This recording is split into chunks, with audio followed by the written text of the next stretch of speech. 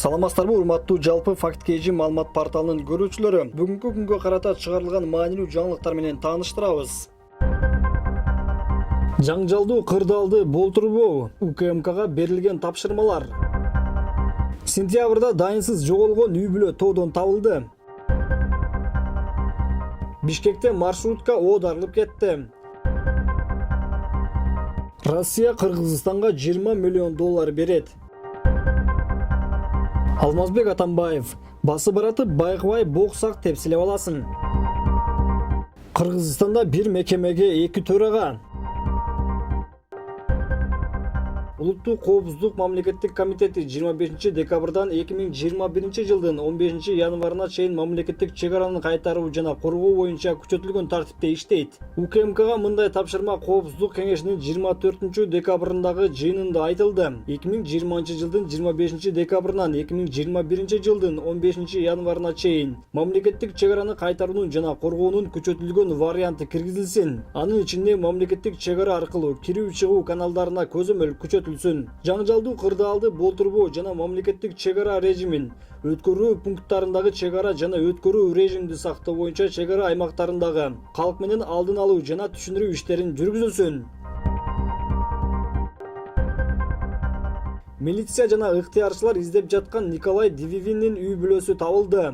Николай апасы менен акыркы жолу сентябрдын аягында байланышканы белгилүү болду. Ал үй бүлөсү менен Ош жана Жалал Абад облустарынын ортосунда жайгашкан тоолордо жашай тургандыгын билдирген. Ал жерден бир адамдын үйүн кайтарып жүргөн. Андан кийин ал чалууларга жооп бербей калгандыктан апасы аны издей баштаган. Николай Дивин кош бойлуу аялы жана 3 баласы менен изделип жаткан. Ал убакытта жубайы төрөп, эми Дивин 4 баланын атасы болду.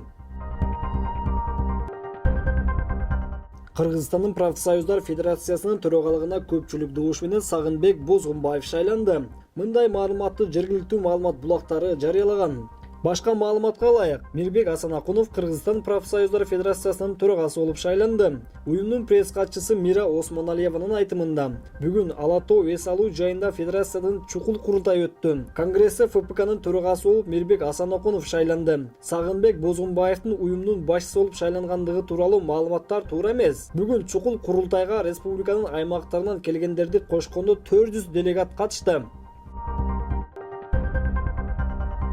Россия Федерациясынын өкмөтү Кыргызстанга кайтарымсыз негизде $20 миллион бөлөт. Акчалар Кыргызстандын бюджеттеги каржылык боштукту жабууга жумшалары белгиленди. Анын ичинде бюджеттик тармактын кызматкерлерине эмгек акыны төлөө, аз камсыз болгон үй бүлөлөргө пенсия жана жөлөк пулдарды төлөө, ошондой эле саламаттык сактоо тутумун каржылоо үчүн келишимдин долбоору кыргыз тараптан жактырылды жана жакынкы аралыкта кол коюлат деп айтылат билдирүүдө.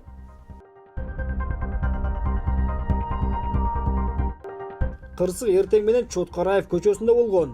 Кырсыктын кесепетинен кичи автобустун айдоочусу жаракат алып, ал ооруканага жеткирилген. Ал учурда жол кырсыгынын себептери иликтенүүдө. Алмазбек Атамбаев экс-президент Сооронбай Жээнбеков жөнүндө кат жазды. Кээ бирде көчөдө басы баратып байкабай боксак тепселеп аласың.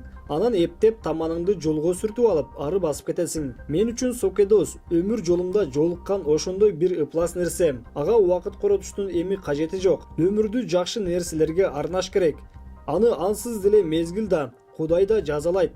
Сокедос тарыхта саткынчылыкты, эки жүздүүлүктү, уурлукту норма кылган сасык бир саясатчы катары калат. Азыртадан эле эл арасында Кудай сокедей достон сактасын деген сөз айтылып калды. Мындан жаман жаза ал үчүн да, урпактары үчүн да жок.